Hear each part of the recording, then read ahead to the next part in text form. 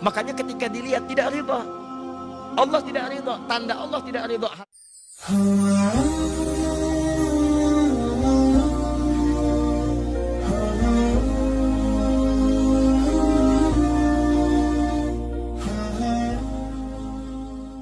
Bahkan ketika Allah menciptakan manusia, itu melekat semua nilai kemuliaan pada dirinya. Yang itu mesti dipertahankan sampai kembali kepada Allah Subhanahu wa ta'ala. Tadi kita berhenti di Quran surah ke-17 ayat 70. Walaqad karramna bani Adam. Sungguh kami telah muliakan semua anak cucu Adam. Mulia. Dan ketika disebut mulia, itu melekat pada seluruh anggota tubuh kita. Makanya saking mulianya jasad ini, tidak boleh anggota tubuh kita digunakan untuk hal-hal yang tidak mulia. Misal, saya sering tanyakan pada teman-teman, apa fungsi mata? Kebanyakan orang mengatakan untuk melihat. Beda. Mata kita ini mata mulia. Karena itu ketika keluar tuntunan tentang melihat, itu penglihatan dilekatkan dengan kemuliaan. Kalau cuma melihat, hewan pun melihat. Dan tidak layak membandingkan mata hewan dengan mata kita. Karena mata hewan tidak mulia sekalipun melihat, maka itu dia tidak dihisab. Tidak dihisab, tapi mata kita dihisab. Saking mulianya. Quran surah 17 ayat 36. Inna sam'a wal basara wal fu'ada kullu ulaika kana anhu mas'ula. Sungguh pendengaran manusia, penglihatannya, bahkan apa yang ia fikirkan, itu akan dihisab dan ditanya oleh Allah Subhanahu wa ta'ala. Makanya ketika mata Anda akan digunakan untuk melihat, kata Allah, saya tidak ridha kalau digunakan pada yang tidak baik. Turun Quran surah ke-24, surah cahaya.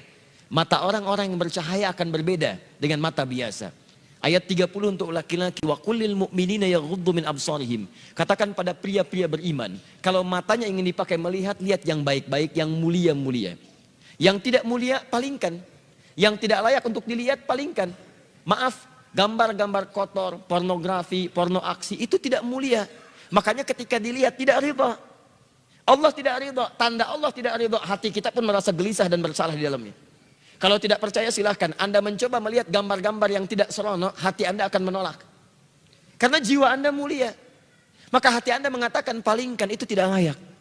Palingkan. Bahkan lisan Anda pun dibimbing untuk beristighfar. Astagfirullah, palingkan.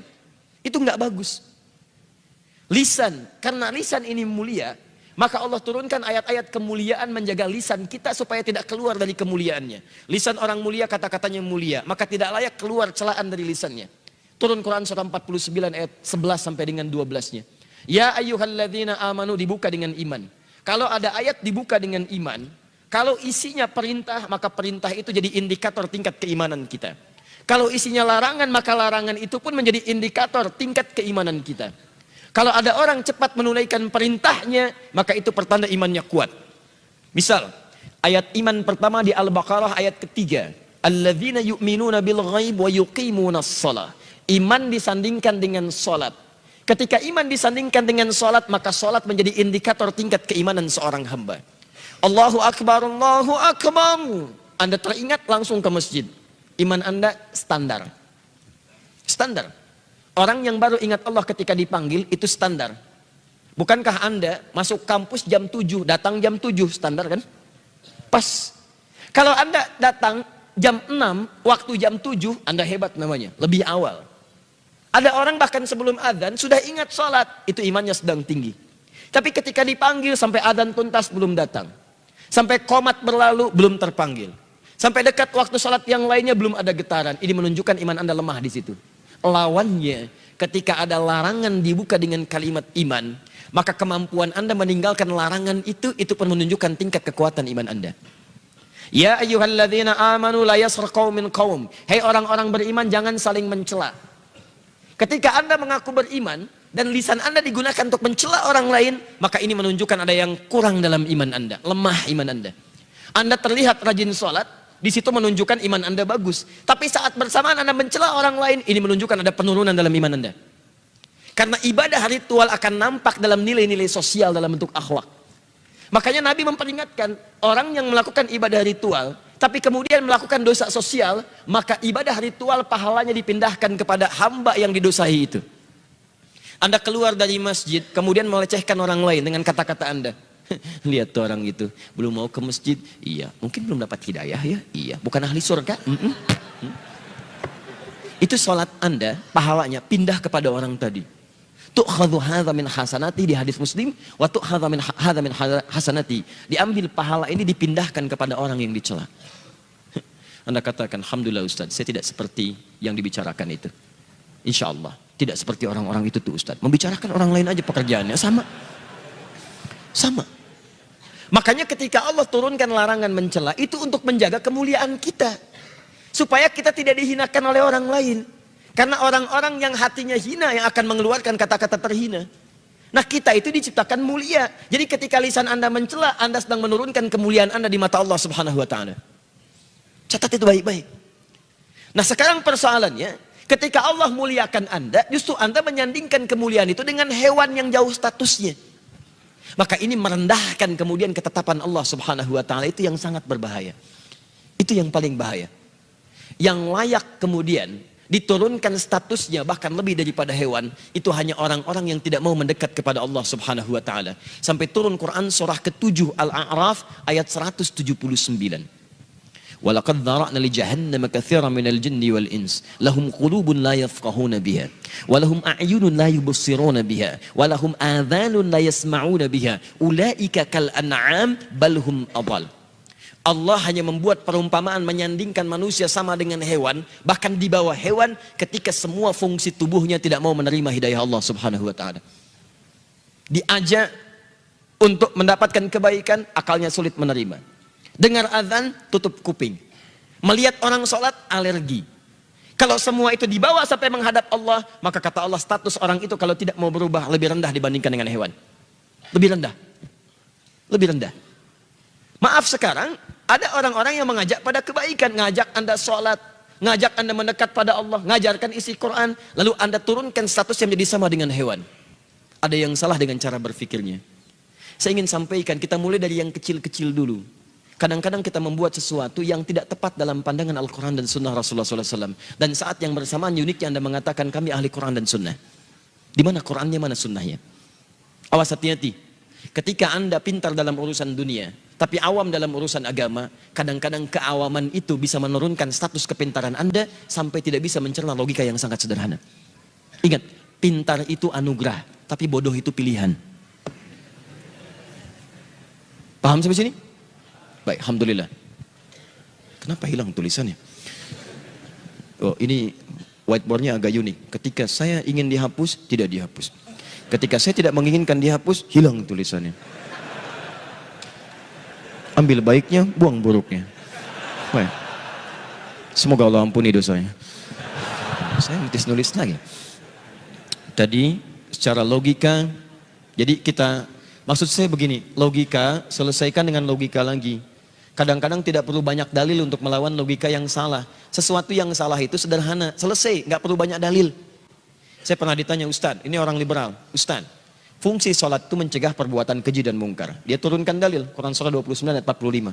Inna sholata tanha 'anil fahsya'i wal munkar. Sekarang saya sudah bisa menata diri menjauhi perbuatan keji dan mungkar. Berarti saya sudah tidak perlu sholat lagi. Saya katakan, maaf mas, meninggalkan sholat termasuk perbuatan mungkar. Selesai. Paham? Dia katakan, saya sudah bebas dari perbuatan keji dan mungkar, tidak perlu sholat lagi. Kami jawab, meninggalkan sholat itu perbuatan mungkar. Jadi kalau Anda meninggalkan sholat, berarti Anda belum terbebas dari perbuatan mungkar. Artinya Anda masih harus terus menunaikan sholat sampai dengan kembali kepada Allah Subhanahu wa Ta'ala. Paham sampai sini? Saya di Hamburg beberapa waktu lalu, disoal juga oleh orang liberal. Ustadz, kenapa tidak ada nabi perempuan? Kemudian dia bercanda, kalau ada namanya Nabi Yahya bukan nabi. Bukan. Dulu nabinya laki-laki, itu yang namanya perempuan. Dulu nabinya laki-laki karena perempuannya seperti Sayyidah Khadijah, Sayyidah Aisyah. Sekarang Anda nanya nabinya perempuan karena orangnya seperti Anda. Ini yang pencuri sudah kita selesaikan. Ini logikanya yang salah. 2, logika hewan sudah juga kita jawab. Bahwa ini fatal, bahkan bisa berpotensi menyalahi ketetapan Allah Subhanahu wa Ta'ala. Dan dosanya dosa kuadrat di sini. Hati-hati, ini lebih bahaya. Baik. Sekarang bagian yang ketiga. Sekarang ada dalil-dalil yang digunakan. Bagaimana kemudian kita bisa mengupas tuntas dalil dimaksud sehingga sesuai dengan pemahaman yang benar menurut para ulama dan salafus saleh. Karena memahami dalil itu tidak bisa sendirian. Anda baca, Anda paham, mustahil. Imam Al-Bukhari itu menulis Sahih Al-Bukhari 16 tahun. Sebagian ditulis di Mekah, disempurnakan di Madinah. Sebelum nulis, sholat dulu, minta petunjuk kepada Allah. 16 tahun selesai. Kemudian Anda 16 hari memberikan fatwa dengan itu. Bagaimana bisa memahaminya? Makanya para ulama kemudian membuat kaidah-kaidah, bahkan dituangkan di hadis Muslim. Nomor hadis kita akan lihat, misalnya kita ambil halaman 119 dulu. Di jilid yang pertama, paling kiri sebelah atas. Riwayatnya sampai ke Ibnu Sirin dan masuk dalam Sahih Muslim. Babnya Babul Isnad Minad Din. Babul Isnad Minad Din. Alhamdulillah. Bab belajar agama dengan sanad. Sanad itu runtutan pengetahuan atau periwayat yang tersambung kepada Nabi SAW. Jadi kalau Anda ingin belajar, Anda mesti cari guru-guru yang benar, yang menyampaikan pengetahuan-pengetahuan yang itu tersambung sanadnya ke Nabi SAW. Dapat dari si fulan, dapat dari si fulan, dapat dari si fulan, itu sanad.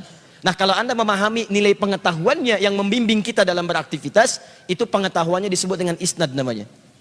Nah kata para ulama, pastikan kalau Anda ingin belajar, cari guru-guru yang ketika menyampaikan nilai-nilai pengetahuan, itu bisa dipertanggungjawabkan benar secara urutan sampai kepada Nabi SAW. Kenapa pentingnya? Karena ketika Anda belajar keliru, maka praktek ibadahnya, ad-dinnya itu bisa salah. Baik, contoh. Apa artinya ad-din? Agama. Apa artinya agama? Ad-din. Apa artinya ad-din? Agama. Apa artinya agama? Ad-din. Baik, sudah. Kita kembalikan kepada Allah. Ya Allah, apa itu ad-din? Turun Quran surah ketiga ayat 19. Inna ad-dina indallahil Islam. Al-Islam. Jadi ad-din adalah Islam. Apa itu Islam? Ad-din. Apa itu ad-din? Islam. Apa itu Islam? Ad-din. Nah, sudah. Kembalikan kemudian keterangan Allah yang disampaikan pada Rasulullah, terdapat di hadis Muslim nomor hadis yang ke-8. Dikutip oleh Imam An-Nawawi dalam kitab Al-Arba'in nomor hadis yang kedua.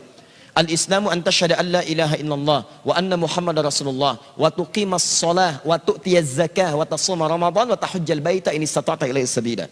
Islam itu syahadat, kemudian salat, kemudian zakat, kemudian puasa, kemudian haji. Ambil contoh, lihat persamaannya. Teman-teman sudah mudah untuk memahami persamaan.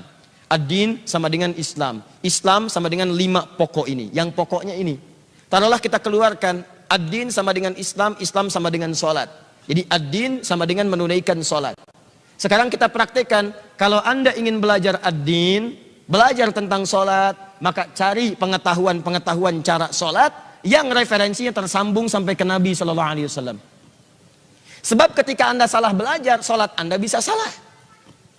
Contoh, saya ambil contoh misalnya. Maaf, mohon izin teman-teman sekalian. Anda mau takbir. Allahu Akbar. Di An-Nasai nomor hadis 886, ketika Anda sudah bertakbir, fayaqulu di Abu Dawud nomor hadis 857, fayaqulu Allahu Akbar, maka di An-Nasai disebutkan fa wada'a yadahul yumna 'alal yusra, maka dia segera meletakkan telapak kanannya di punggung kirinya. Tahan sebentar. Boleh berdiri sebentar? Sekallah khair. Baik ya, menghadap ke arah sini, ke sini. Nah ya. Baik, tahan di sini aja. Pegang mic-nya. Semoga Allah muliakan antum. Tahan di sini. Lihat sini. Baik. Baik. Lihat sini. Oh ini serius. Hadis Muslim hadis 1893. Man dalla ala khair falahu ajruhu mithla ajri fa'ili min ghairi an yankusa min ajri syai'. Siapa yang bisa menunjukkan, membantu, memfasilitasi pada kebaikan, dia akan dapat pahala yang sama dengan yang mengerjakan. Baik. Semoga orang yang megang mic ini mendapatkan pahala dengan yang bicara. Tanpa dikurangi sedikit pun. Baik. Dan tidak cukup dengan amin. Paskan dulu mic-nya. Ya. Tahan sini. Lihat sini. Lihat baik-baik. Teman-teman sekalian, letakkan telapak yang kanan di punggung yang kiri. Saya belum akan bicara meletakkan dulu. Tapi saya ingin bicara antara mengangkat dengan meletakkan. Itu pakai fa. Fa wada'a. Tadi di istiqamah saya sampaikan huruf fa itu di ilmu nahwu. Perhatikan baik-baik. Harfu atfin rabitin baina syai'aini bila hudud. Huruf yang berfungsi merekatkan dua peristiwa tanpa jeda. Di peristiwa pertama ngangkat, peristiwa kedua menutup, antara ngangkat dengan nutup tanpa jeda. Makanya semua ulama sepakat, semua sepakat. Nabi mencontohkan, sahabat mengikuti, ulama sepakat. Begitu Anda ngangkat, langsung letakkan. Sehingga tidak ditemukan di kitab-kitab hadis gerakan yang lain. Mohon izin, saya tidak bermaksud menyalahkan ya. Tapi ada sementara saudara kita, misal, saya tidak bermaksud menyalahkan. Kalau ada referensi kita diskusi. Begitu diangkat, Ustadz saya nggak enak, kiri dulu. Tidak sopan, kiri nggak bagus, kanan bagus. Maka yang lebih bagus Ustadz, lebih sopan. Bagaimana kalau kemudian angkat, kanan dulu masukkan, kiri begini, putar dikit. Kadang-kadang kaki naik dikit gitu ya. Bisa. Nah, ini mohon izin. Mohon maaf, ketika Anda mendapatkan referensi yang keliru, sholatnya jadi salah. Bahkan gerakan ini, jangankan di kitab hadis sahih, di kitab paling palsu pun tidak ditemukan. Di pemalsu hadis, tidak tertarik memalsukan hadis ini, saking jelasnya hadisnya. Jadi kalau Anda mendapatkan referensi yang keliru, maka bahasanya bisa jadi salah. Maka dari itu para ulama menyampaikan, ketika Anda ingin belajar tentang urusan agama, maka usahakan cari referensi yang tersambung kemudian kepada Nabi SAW. Paham sampai sini? Nama siapa? Akhtaf. Akhtaf. Akhtaf. Masya Allah. Akhtaf usia berapa tahun? 13. 13. 12. 13 atau 12? 12. 12. Sekolah di mana? Angkasa.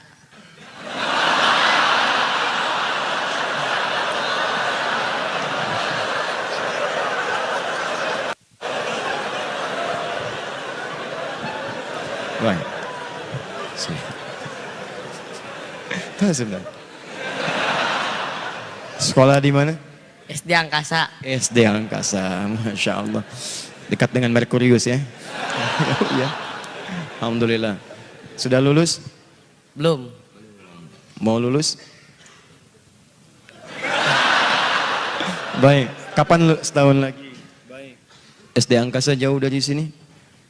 Jauh. Oh, Alhamdulillah. Kalau SMP mau kemana? Pesantren. Oh, Masya Allah. Baik. Mau pesantren di mana? Jogja.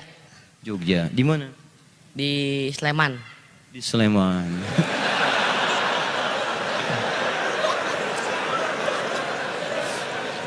Ya sudahlah kalau begitu ya. Sudah ya, tuh sampai lampu kaget turun aja ya. Baik, ya sudah. Akhtaf sama orang tua di sini? Enggak. Enggak, sendirian. Sama teman tuh, 1, 2. Aduh, makan apa hari ini? Baik, Akhtaf, alhamdulillah. Baik, Akhtaf apa berapa juz? 1.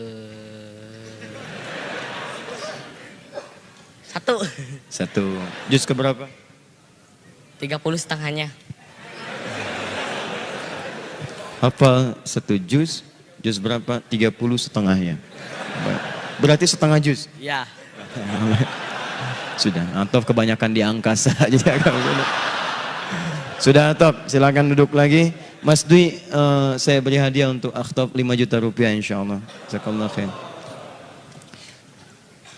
Waalaikumsalam. Sudah ya? Ada yang mau pegang mic lagi?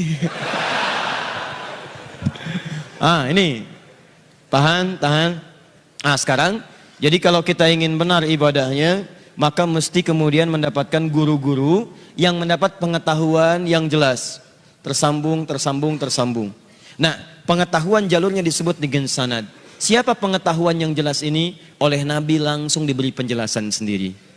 Terdapat di hadis riwayat Ibnu Majah nomor hadis 233. Rawinya dari sahabat Abu Darda radhiyallahu taala anhu. Perhatikan kalimat nabinya, fokus baik-baik. Wa innal ulama warathatul anbiya. Al ulama warathatul anbiya. Pewaris para nabi. Ini.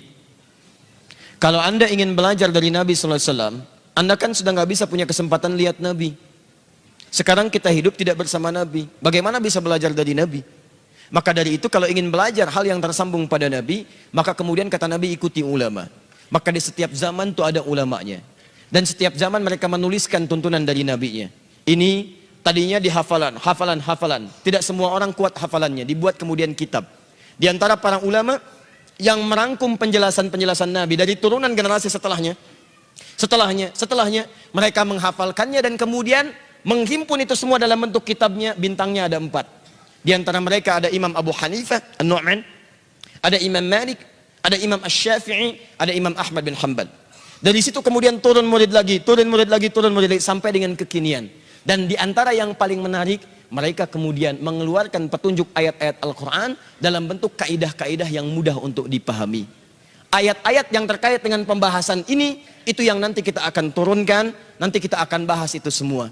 Dan kita akan sandingkan nanti dengan keterangan-keterangan sebagian dari sahabat-sahabat kita yang membuat kemudian pernyataan-pernyataan, kita uji dengan dalil-dalil ini, apakah pernyataan itu benar atau tidak.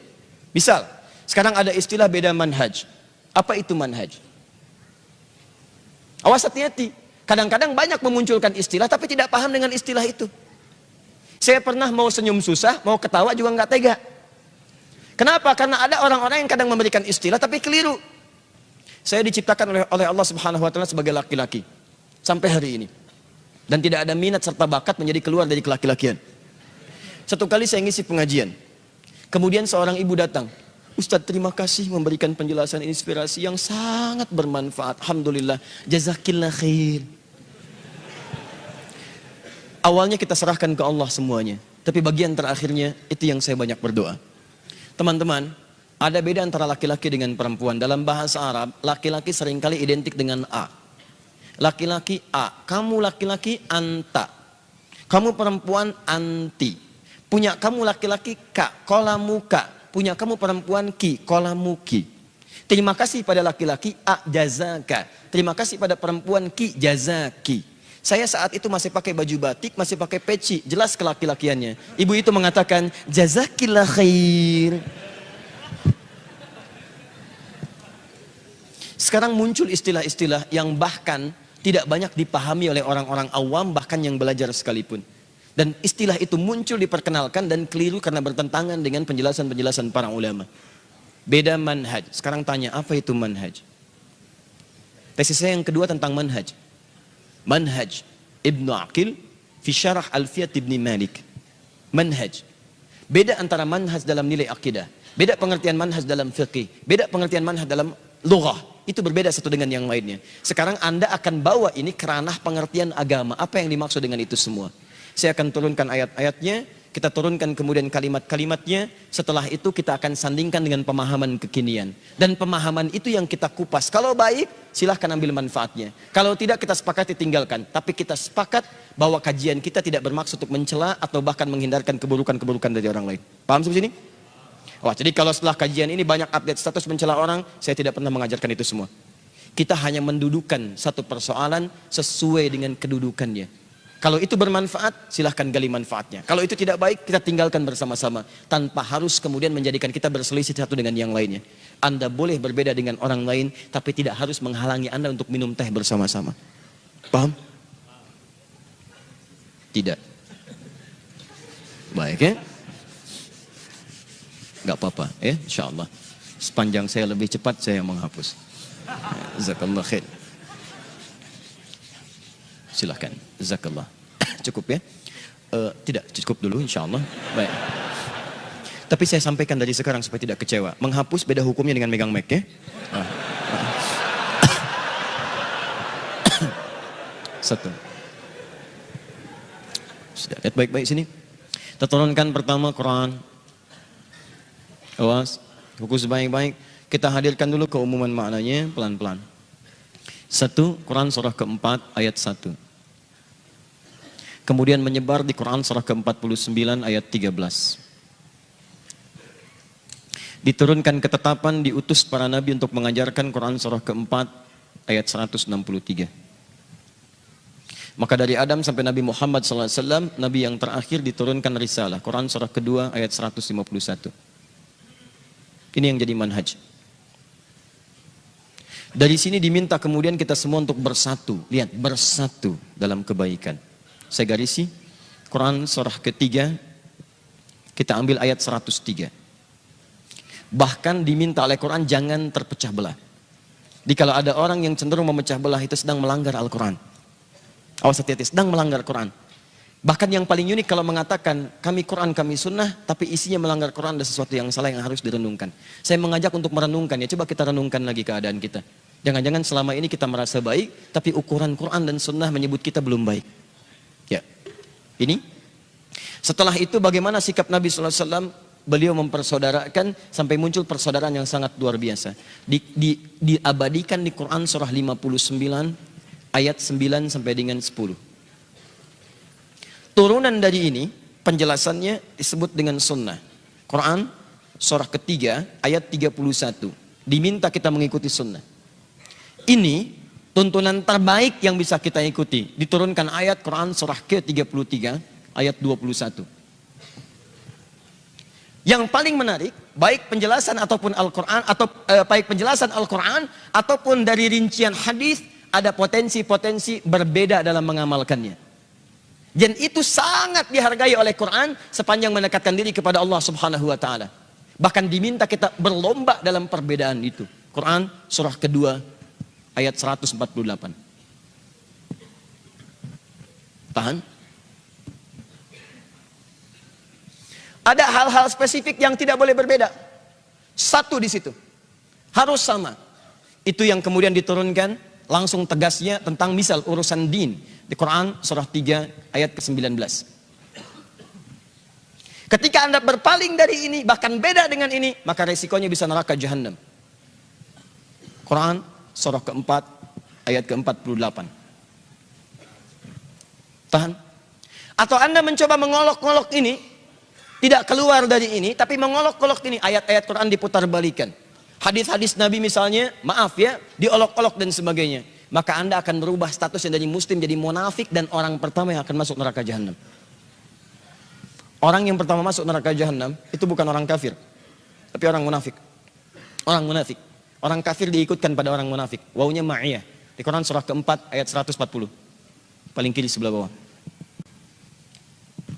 Qad nazzala 'alaikum fil kitabi an idza sami'tum ayatillahi yukfaru biha wa yustahza'u biha fala taq'udu ma'hum hatta yakhudhu fi haditsin ghairi innakum idzan mithluhum innallaha jami'ul munafiqina wal kafirina fi jahannam jami'an.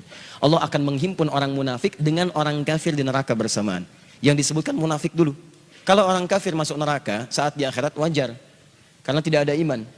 Tapi kalau orang munafik di dunia merasa beriman, tapi imannya digunakan untuk menyerang saudaranya. Itu yang paling bahaya. Maka diberi pelajaran, diseret duluan ke neraka jahanam. Kalau tidak percaya, coba aja. Dah. Kemudian saya tunjukkan contoh-contoh hadis dan nanti kaidah ulamanya. Contoh hadis ini saya kosongkan dulu supaya mudah memberikan contohnya. Nanti kaidah ulamanya kita turunkan menjadi satu kajian. Kajian ini disebut dengan fikih ikhtilaf namanya. Fiqhul ikhtilaf. Ini yang bisa menjembatani semua persoalan-persoalan perbedaan bisa dijembatani sehingga bisa saling mengerti satu dengan yang lainnya. Ada hal yang kita sepakati, di situ kita semua mesti satu. Kalau beda, itu yang kita berikan solusi. Tapi indahnya Quran, sekalipun beda, ada cara untuk memberikan solusi terbaiknya. Saya tidak pernah temukan dalam Al-Quran, kalau beda dengan dia, marahi dia. Itu nggak ada. Nggak ada. Bahkan termasuk dengan non-muslim, indah dalam Islam itu. Indah. Anda bahkan dilarang untuk memperkenalkan Islam kepada orang lain dengan cara paksaan. Dilarang. Turun Quran surah kedua ayat 256. La ikraha fid din. Gak boleh paksa orang untuk bisa kemudian mengenal atau bahkan masuk ke dalam ad-din Islam. Baik cara halus atau kasar. Setelah pengajian ini Anda datang ke daerah pengungsian misalnya, sedang tertimpa bencana, tiba-tiba Anda bawa Indomie, bawa Supermi. Anda paksakan ke situ, orang sedang kelaparan, Pak, Indomie Pak. Maaf, masuk Islam dulu kami kasih Indomie. Tapi kan Indomie Pak kami butuhkan. Tidak, ini Indominya Indomie Islam. Seterusnya. Tidak boleh. Dosa Anda. Apalagi dengan cara yang kasar. Hati-hati. Anda jadi dokter, tiba-tiba masuk ke daerah bencana. Terus Anda berikan obat. Obatnya naikin dosisnya sampai ada ketergantungan. Begitu dia minta bagian dari obat yang Anda katakan, masuk Islam dulu baru saya berikan obat. Dosa Anda. Dosa. La ikraha fiddin. Kita tidak pernah mengenal cara-cara seperti itu. Apalagi Anda yang menggunakan bom, gunakan senjata, gunakan pedang dan sebagainya. Masuk Islam. Dosa.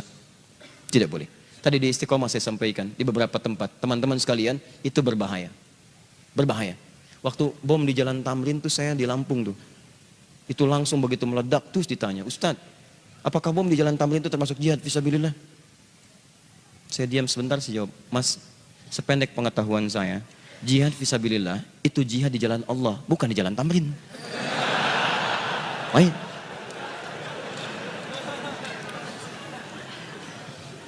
Ini selesai, nanti bagian sininya, tahan sebentar. Turun Quran, surah ke-16 ayat 125. Ya, tidak. Tahan sebentar ya, tahan, sabar. Baik, orang sabar itu dekat dengan Allah. Innallaha ma'as sabirin. Antum ingin dekat dengan Allah? Baik, sabar. Dan orang sabar, sabar di Quran selalu disandingkan dengan masalah. Quran surah kedua ayat 155 sampai 156. Ya, walanabluwannakum bisyai. Kami akan uji setiap manusia dengan persoalan kehidupan. Minal khauf, kadang gelisah. Wal ju', kadang lapar. Wa naqsi minal amwal, harta berkurang. Wal anfus, kadang-kadang ada yang sakit sampai ada yang meninggal. Wat thamarat, kadang-kadang hasil kerja keras dirampas oleh orang lain. Wa basyiris sabirin, berikan kabar gembira pada orang sabar. Jadi sabar berbanding lurus dengan masalah. Ketika Anda minta sabar, itu biasanya orang diuji dengan masalah. Baik, masih mau sabar? Alhamdulillah. Dan ketika Anda bersabar saat ada masalah, Anda dipuji oleh Allah Subhanahu wa taala. Paham?